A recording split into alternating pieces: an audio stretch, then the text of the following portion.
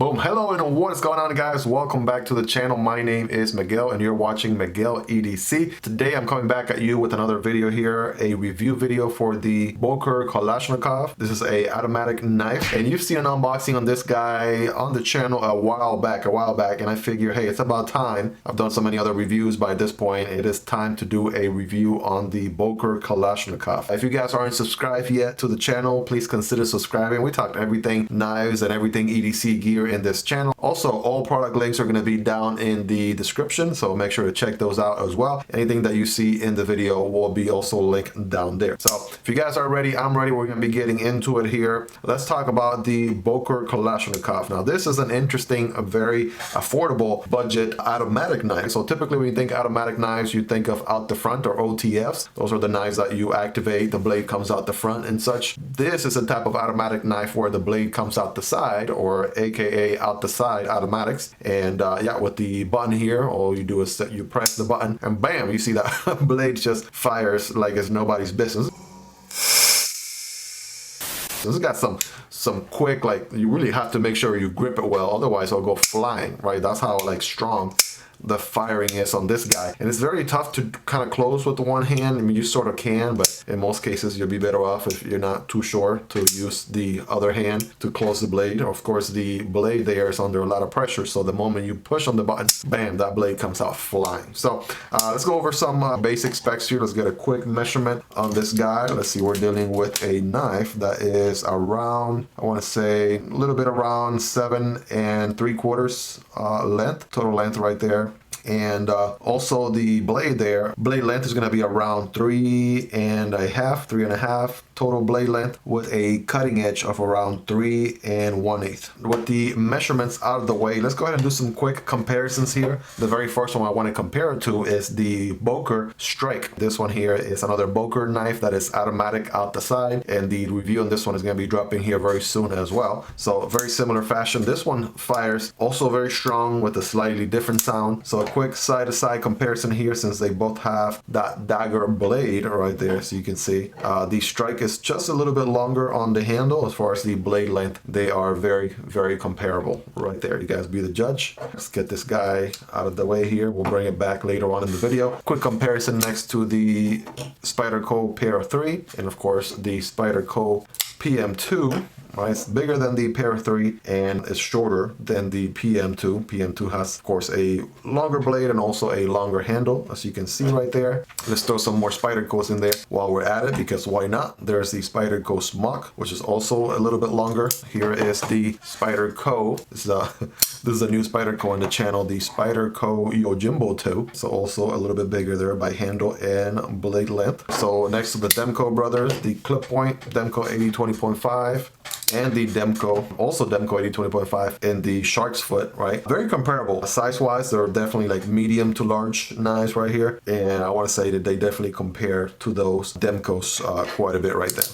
Let's do one final one. Here it is next to the Rap Model 1, and here it is next to the Ontario Rap Model 2. So it's definitely bigger than the Rap Model 2, but the Rap Model 1 has a longer, slightly longer blade and definitely a longer handle. How's the action on this guy? How does it deploy? I mean, as you can see, there's so much pressure just to be able to retrieve that blade back in place, because all it wants to do is it wants to fire out. So doing it one-handed, be very careful, but this is again an out the side knife. Yeah, everything has to do with that button. It doesn't have the security mechanism that the Strike has, so that is one thing that I wish it had. The Strike, when you have it locked, right, the blade is not going to deploy in your pocket or anything, whereas, you know, once it's unlocked, of course, it's going to deploy. There's no security like that on the Kalashnikov. But yeah, other than that, I mean, this is a great out of the side automatic knife here for a budget price of around, I believe, $50 to $60, somewhere in that ballpark. So that is not bad at all. Let's do some quick length and height here comparison next to the, we're gonna go in reverse order this time. We have the Ontario Rap Model 1 and Rap Model 2, top and bottom right there. Very comparable as far as the width compared to the Rap Model 1. It is definitely, you know, thicker there than the Rap Model 2. Here are the Demko brothers, right, 80-20.5 on both blade shapes. And I want to say the Kalashnikov there is just a little bit slimmer, right? Definitely narrower than the other two. You guys be the judge right there. Next to the Smock and the Yojimbo, I want to say the Yojimbo takes a cake. That blade makes it like very wide carry knife, whereas the Smock is very elegant and slim, and the Kalashnikov is somewhere in the middle there. And last but not least, let's have the PM2 and Para 3 comparison. Of course, both of the Spydercos have the Spidey hole, and they're going to be definitely wider there in the pocket when folded compared to the Kalashnikov. How does it carry? Let's do a quick carry profile here. So it's going to be a little bit slimmer than the PM2, if I can get the camera to focus right there. There we go. Just a little bit, around the same, honestly. I feel like it's chamfered out right here. So it is probably same thickness as the PM2, maybe a little bit thicker here, and the handle once you get further into the knife. Here it is compared to the Demko 80-20.5, which is going to be a little bit slimmer. Spyderco Smock, also a little bit slimmer. All right, the Yojimbo 2, very comparable there to the Yojimbo 2. And last but not least, let's compare it to the sibling here, or the brother knife, the Boker Strike. Right, so very comparable to the Strike. The Strike might be just a hair thicker there. The idea with this knife is that basically it's a knife that carries the name of the original creator of the AK-47 or AK-74. I think that's why that 74 is printed there in the blade. Nicholas Kalashnikov. And so this knife carries that name, those very iconic rifles, Russian rifles. And so that's the name here for the Boker Kalashnikov, kind of carrying that legacy. This guy here has a dagger blade, as you can see, very symmetrical on both ends. It is a D2 steel, right? It is a D2 steel there with this very nice Black Widow skin, right? So what do you get in the Black Widow skin? Well, you have these black coated aluminum handles, which will be coated a different color, of course, if you got a different variant, and then the red coated blade as well to kind of basically contrast right there. The button is red, the pivot screw right there, as well as all the other hardware throughout. Also very interesting on this guy is the ergonomics. As you probably noticed, there is a finger cutout for every single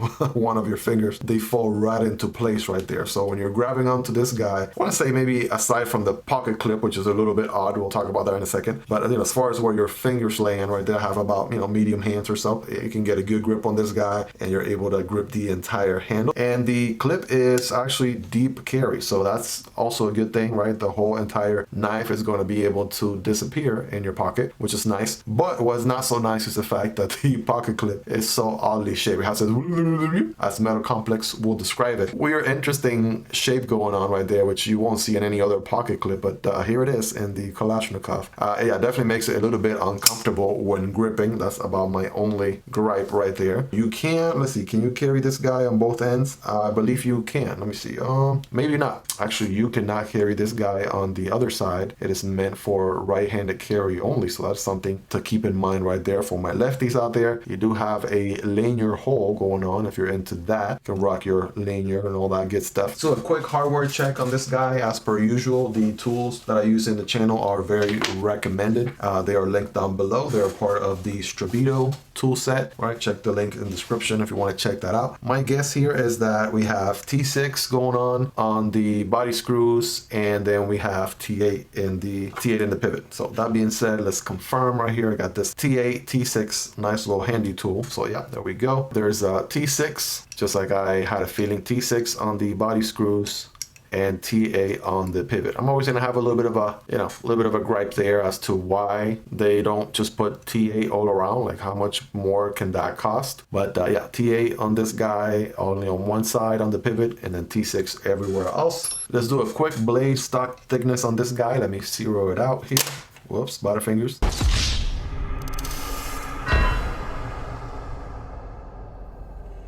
There we go. All right, let's see. The stock thickness on this guy is gonna be about 12.12 inches there. All right, something to keep in mind. It definitely tapers to a very, very slim point of around 0.04. And let's do a quick weight really quick on this knife. I wanna say my guess probably gonna be around 3.5, right? 3.5 ounces. All right, let's see. Moment of truth. All right, 3.7 ounces. Just for comparison, on the Strike, we have 4.6. So yeah, this guy is definitely a little bit heavier. And then let's just throw something here for comparison. The Rep Model 1 is 5.0. So it's definitely on the lighter side of things. All right, 3.6, under 4 ounces. So it is actually pretty light, and those aluminum handle scales, I'm sure, have something to do with that. Is there any milling going on? Let me check for you. All right, let's see. Any milling going on this guy, guys? There's no milling. Take a look right there. These are solid aluminum scales, no milling of any kind in sight. All right, that is something to definitely keep in mind right there. Is it aligned? Yes. All right, that blade looks pretty centered to me. All right, what is it like EDCing this knife? What is it like to daily carry this knife? Well, I will tell you one thing. Over the year that I have been EDCing knives, that I've been in the knife EDC hobby, if you will, I want to say I have become more of a fan of button lock knives over automatics. And let me tell you what I mean, right? Here's the CJRB Pyrite Alt. It is not an automatic knife, because if I push the button and then don't do anything, then the blade won't deploy. Obviously, I need to, flick the wrist in order to make it work. So I have been more of a fan of these type of knives than I have been automatic knives. But the automatic knives do have a sweet spot in my knife collection, and I wanted to experience them for what they bring to the table. So that being said, the carry experience on these guys, as you probably noticed, the blade on this one isn't that badly damaged. I have EDC'd this knife quite a bit here throughout the past year or so since I did the unboxing. Hasn't been the knife that I have EDC'd the most. I have heard that, nothing but great things about these knives. So there are people who wear them out in cut boxes for years and years and years, and the knife is still going. I have taken a more, I want to say, laid back approach to EDCing this knife. I have, carried it, and I have done some basic tasks like paper cutting and, mail opening and box cutting and things like that, but it hasn't been like that hardcore of use. Anyway, that doesn't take any credit away from the fact that this is a hardcore use knife. I'd say maybe in the tactical sphere, it might be pushing the boundaries a little bit there, but maybe it is, kind of aimed to that audience, the tactical knife audience, I want to say. And just the fact that you have a knife that can be easily deployed with just a push of a button, right? You could be in the middle of getting some work done, you have gloves on or what have you, and maybe you don't have the ability to do any of the other fancy openings, reverse flick or thumb deployment or something like that, and you just push a button and bam, next thing you know, that blade is out there ready to do that cutting task that you need. Now, I want to say this is a little bit intimidating if you're around friends or non-knife people, so do keep that in mind. Right, you take this thing out and you fire it, and then all of a sudden people are having all kinds of judgmental thoughts about you and whatnot, especially if they don't know you EDC knives and they understand, the concept behind not using knives as tools and whatnot. But just the fact that, I guess the majority of the population out there that doesn't know any better about knives and would kind of find that intimidating a little bit.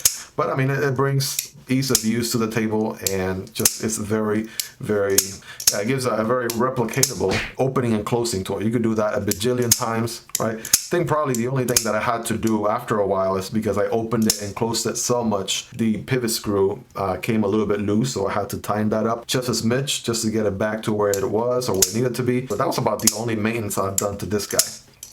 All right, locking mechanism on this guy has what is called a plunge lock, and I'm not sure if the camera will pick up, but if you can see right here, this piece is holding the blade locked in place, and I'm gonna push it here, and you guys are gonna see what's gonna happen. Let me make sure I'm gripping it well. The second I push the button, boom, that's when the blade comes out. So I'm gonna do it one more time, right? Pay attention to what's going on right there.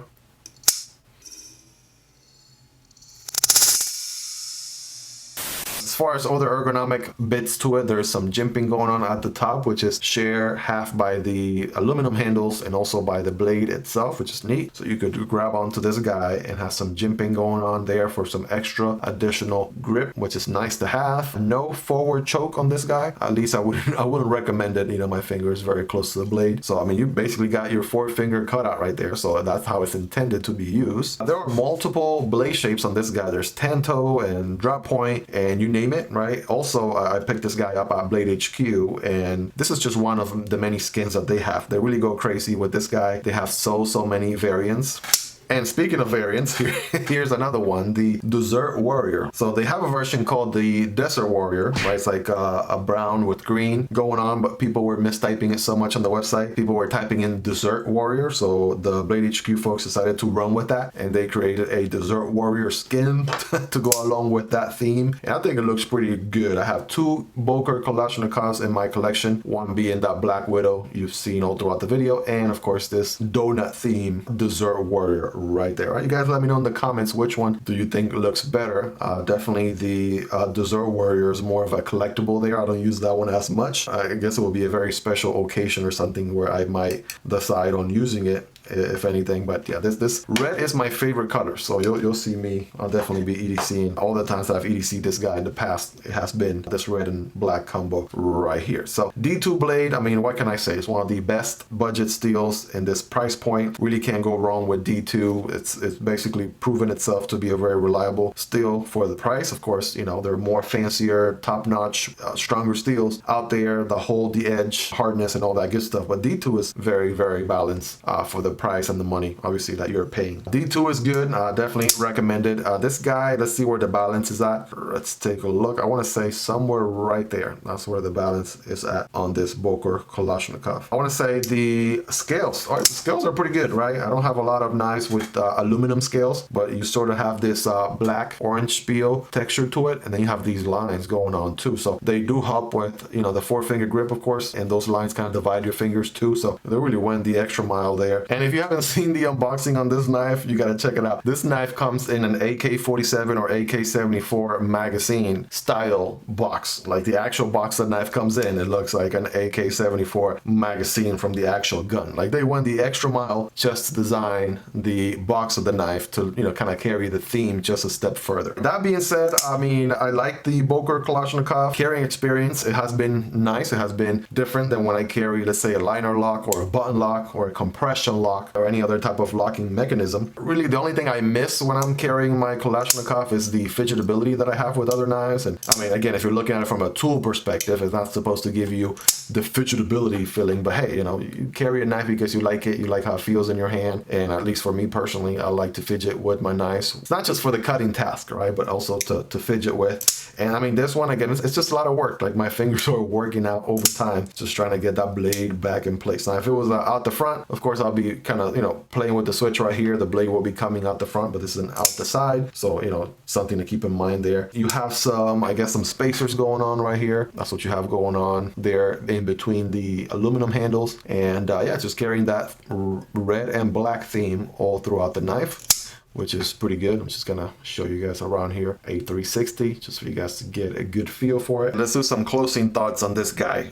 In conclusion, the Boker Kalashnikov is a very highly recommendable knife. This is when it comes to out the side automatic knives and the maybe $40 to $50, $50 to $60, this is one of the most recommendable ones, and for a reason. They have them in a mini version, so those are more affordable. I think around $40 to $50. This version is around $50 to $60. The XL is like $60 to $70 or so. But yes, one of the most recommendable automatic knives, right? That convenience of being able to push a button and the blade deploys for you. That is a great thing to have and a great thing to appreciate. The other thing too is this is one of those knives that has a lot of collectors follow it as well because of so many variations that there are to this guy. Not only the fact that there are so many different blade shapes going on, but also so many different skins, so many different flavors to it. You know, the handles here, these are sort of painted aluminum scale. So I know maybe this paint is probably not going to last all that much, especially after some use. You can start to see some chipping away and stuff like that. The blade steel is D2, so it's not 100% corrosion resistant, but as long as you take care of it, you should be okay, right? It is definitely better than the AUS 8 steel. Definitely an upgrade. If you're gonna pick up a Kalashnikov, make sure to get the D2 version. It's definitely worth the upgrade. I mean,